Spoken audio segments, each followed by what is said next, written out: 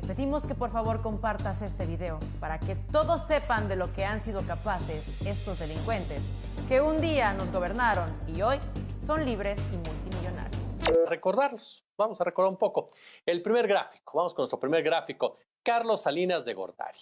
Después del fraude electoral del 88 que le permitió sentarse en la silla presidencial, bueno, su primera orden fue crear una partida secreta que le permitiera gastar a discreción dinero público para pagar favores, corromper intelectuales, periodistas, enriquecer a familiares, amigos, sobornar a políticos y premiar la obediencia de miembros de su gabinete. Una investigación del periodista Miguel Vadillo revela que por instrucciones de Salinas, esa partida secreta era manejada por el administrador del dinero en presidencia, Octavio Senties Hoyos, el secretario particular del presidente Justo Ceja, los hermanos Francisco y Araceli Vázquez Alanís, ambos funcionarios de presidencia, y quienes se encomendó precisamente abrir una cuenta bancaria en Somex, donde Salinas de Gortari disponía mensualmente de 652 millones de pesos, que al tipo de cambio de ese año serían equivalentes a 200 millones de dólares, algo así como 4.400 millones de pesos actuales. Todo esto para distribuirlos a su antojo y sin rendir cuentas ni ser auditado por nadie. Vamos con el siguiente gráfico, el gráfico número 2, nada más ni nada menos que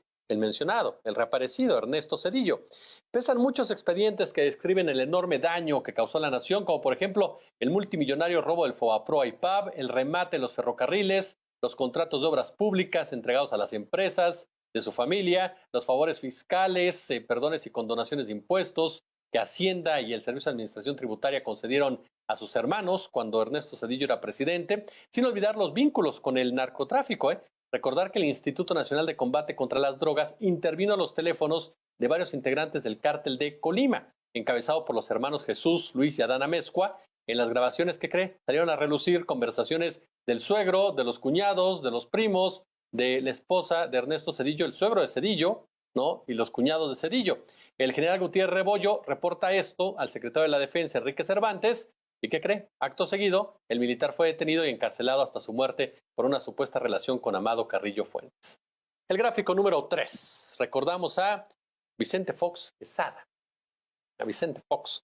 En su contra pesan 3 acusaciones serias: robo de dinero público al Fideicomiso Aduanas 1, el gasto abusivo en la remodelación de la Casa Presidencial de Los Pinos, el tráfico de influencias de los hermanos Briviesca en Petróleos Mexicanos. En el caso del Fideicomiso Aduanas 1, constituido en Nacional Financiera por Francisco Gil Díaz, acumulaba en su cuenta 20,000 millones de pesos recaudados por el cobro de derecho de trámite aduanal, un impuesto que importadores y exportadores de mercancías pues tenían que pagar, pero cuyos fondos, ¿qué cree?, jamás ingresaban a la tesorería de la Federación, porque los entonces presidente y secretario de Hacienda lo manejaban como su caja chica. El gráfico número 4. ¿A quién tenemos en el 4? Pues nada más ni nada menos que a Felipe Calderón Hinojosa. Un año antes de que Calderón dejara el poder, diciembre del 2011, las cifras de víctimas en su administración superaban los 200,000 muertos, desaparecidos, secuestrados, violentados en sus derechos por la guerra que el entonces presidente dijo que estaba librando contra el crimen organizado. Esto se cayó cuando Genaro García Luna fue detenido en los Estados Unidos por sus vínculos con el cártel de Sinaloa. Los 6 años de gobierno de Calderón estuvieron marcados por abuso de poder, impunidad, venganza, perversión, genocidio, crímenes de lesa humanidad. Bueno, más de 20,000 mexicanos a finales del 2011 entregaron una comunicación con pruebas para que sea juzgado en la Corte Penal Internacional de La Haya. Y el gráfico número 5, el último personaje del priismo, Enrique Peña Nieto. El balance de sus 6 años de gobierno, ahí le va. 2 exsecretarios de Estado han estado detenidos, solamente queda uno, que es Rosario Robles, antes Salvador Cienfuegos. Recordar, por supuesto, que el ex titular de Hacienda y Relaciones Exteriores, Luis Videgaray, está involucrado en sobornos, en el caso Odebrecht. Ni hablar de Emilio Lozoya, que ya es testigo protegido. Jesús Murillo Caram es investigado junto con Tomás Herón por el caso de los 43 normalistas. Ya lo tienen, Tlatlaya, estafa maestra, Yotzinapa, Casa Blanca, en fin, el sexenio del señor Enrique Peña Nieto. Y la gran pregunta después de ver esto es, ¿con qué cara? ¿Con qué cara? México tiene memoria y está muy por encima de sus gobernantes. Pues mientras en nuestro país miles mueren de hambre, estos delincuentes siguen dándose la gran vida con el dinero que nos robaron. Si tú también crees que todos los políticos corruptos deberían estar tras las rejas, dale like a este video y compártelo en todas tus redes sociales. Me equivoqué. El presidente tenía razón. Decidí hacer este video porque he visto cómo la oposición, de la que yo misma formaba parte, se expresa de la gente de este país. He visto cómo se denigra a los seguidores de López Obrador, y empezando porque todos merecemos respeto a pesar de tener ideas o pensamientos distintos. Me impresionó cuando escuché que un escritor, Martín Moreno para ser exacta, dijo que todos los que apoyaban al presidente eran analfabetas. Esa misma persona dijo antes que le hubiera gustado llenar el Zócalo de morenistas y prenderles fuego. ¿Es en serio? ¿Eso usas como argumento? Al presidente lo llena de orgullo que lo apoyen analfabetas. ¿Y sabe qué, presidente? Yo soy médico, tengo estudios, tengo maestría. Por definición no soy analfabeta, pero me uno a la gente que lo respalda. Para que la gente que opina que solo somos analfabetas, pues ya viste que no. Que también somos profesionistas. Yo no voté por López Obrador, yo voté por Ricardo Anaya. El mismo que ahora no se ha presentado a dar la cara ante la justicia. El mismo que está siendo hoy acusado de haber aprobado con sobornos una reforma energética que pasó a perjudicarnos a todos. A partir de ahí, abrí los ojos y empecé a cuestionarme.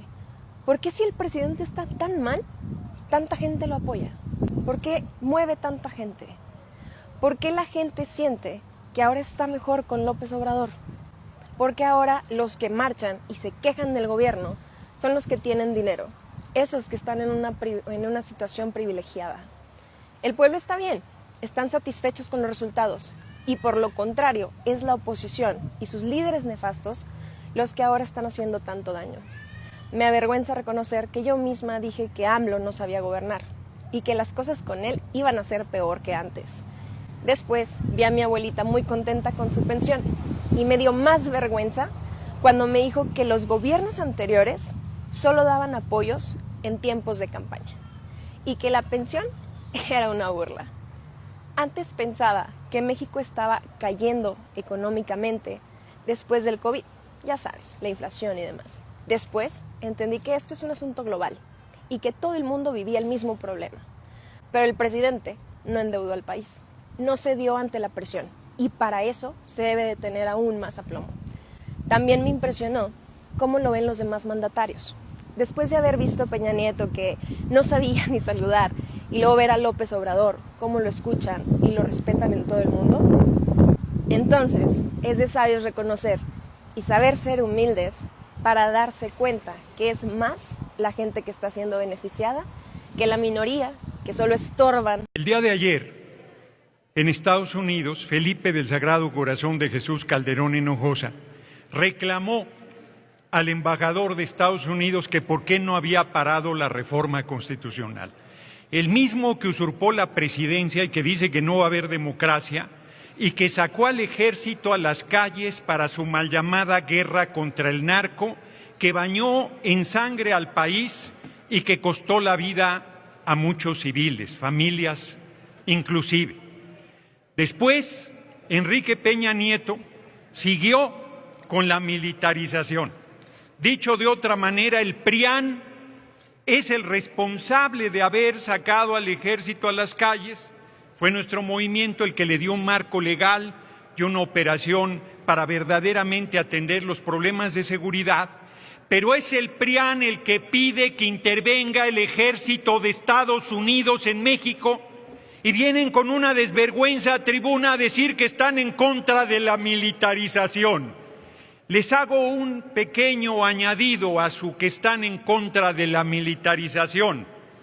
Pandilla de hipócritas. Están en contra de la militarización que no sea la del ejército de Estados Unidos.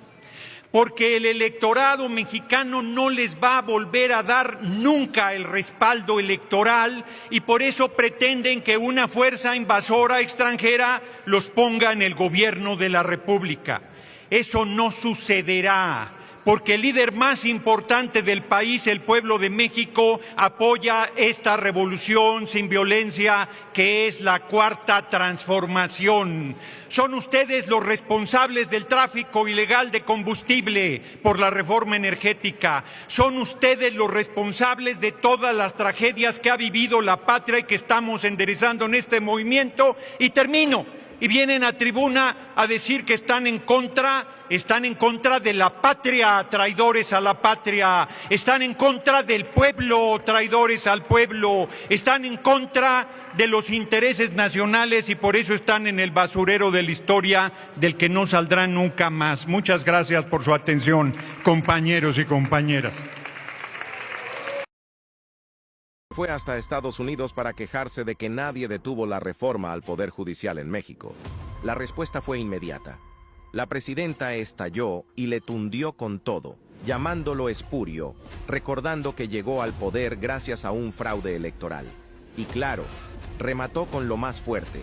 Es indignante que un expresidente vaya al extranjero a atacar a su propio país.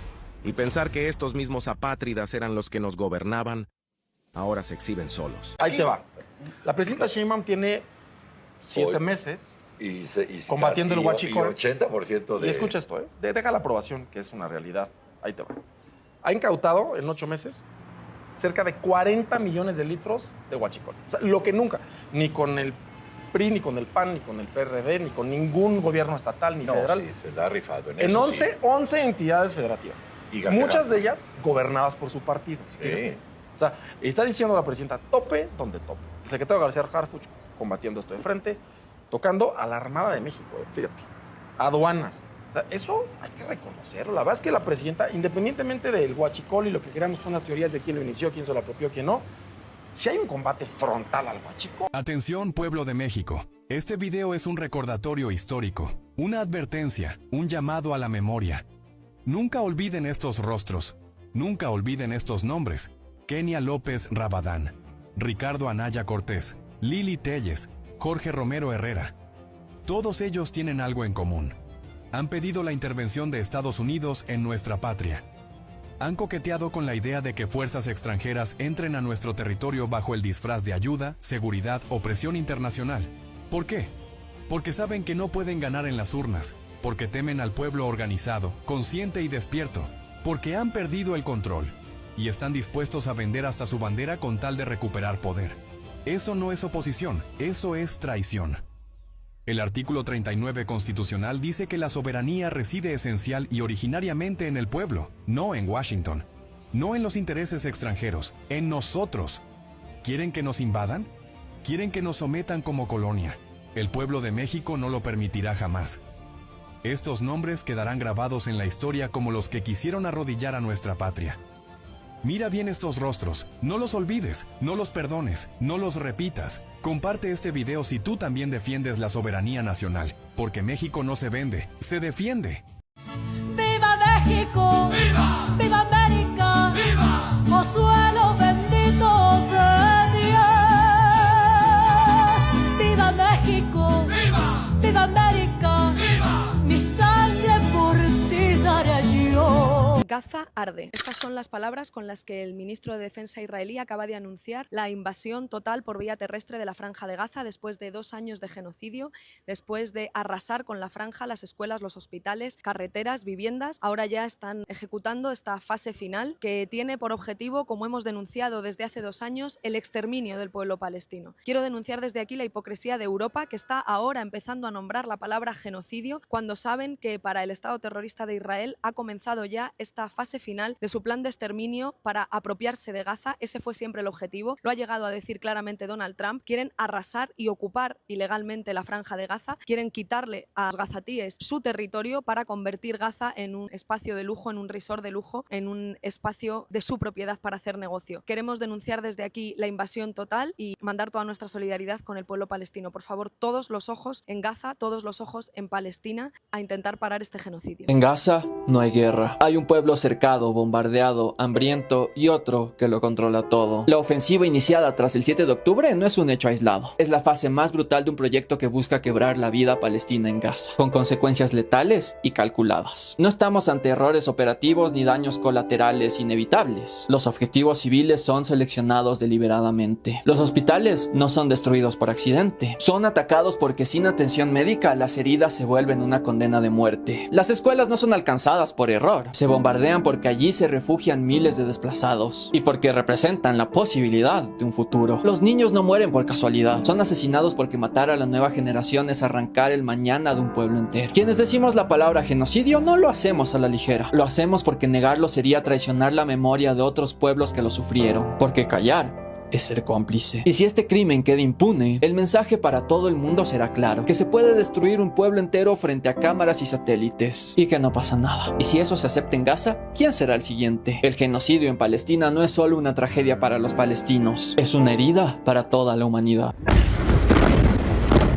Israel bombardea otro edificio de gran altura en Ciudad de Gaza e insiste en el llamado a evacuar la capital gazatí. El ejército israelí derrumbó este domingo la Torre Ruya, la tercera en 3 días, tras emitir una orden de evacuación forzosa para los residentes del edificio y zonas aledañas. Según Israel, el inmueble era utilizado por Hamas, que supuestamente habría instalado explosivos para atacar a las tropas. El sábado Israel derribó la Torre Susi y el viernes la Torre Mustaja, presuntamente usadas por Hamas como puntos de observación. Israel ha ordenado además evacuaciones hacia Al-Mawasi en el área de Han Yunis, que a pesar de haber sido declarada como zona humanitaria, fue recientemente blanco de ataques israelíes con varias víctimas mortales.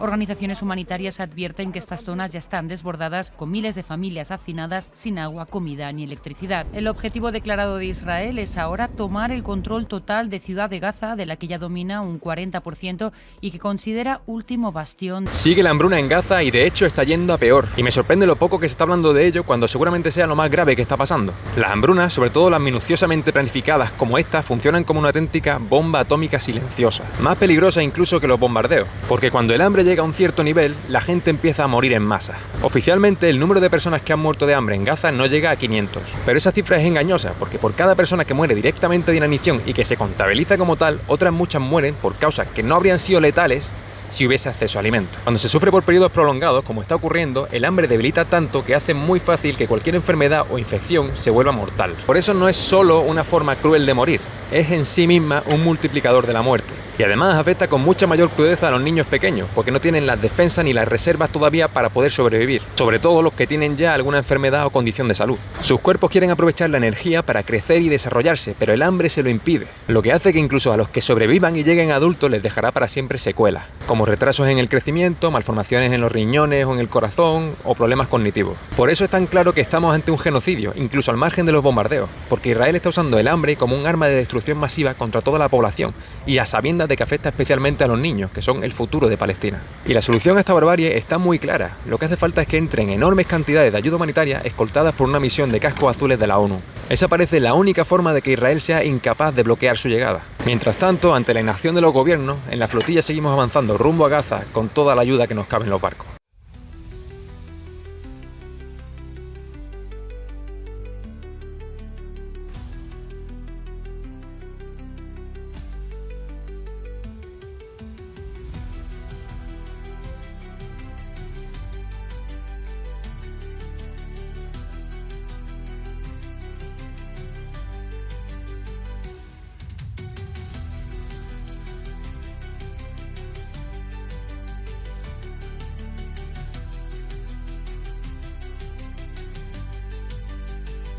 Gracias benditas redes sociales. Como un gran sabio apenas lo dijo. Gracias TikTok por apoyar a liberar al mundo de las mafias del poder. TikTok ahora se viste con los colores de México.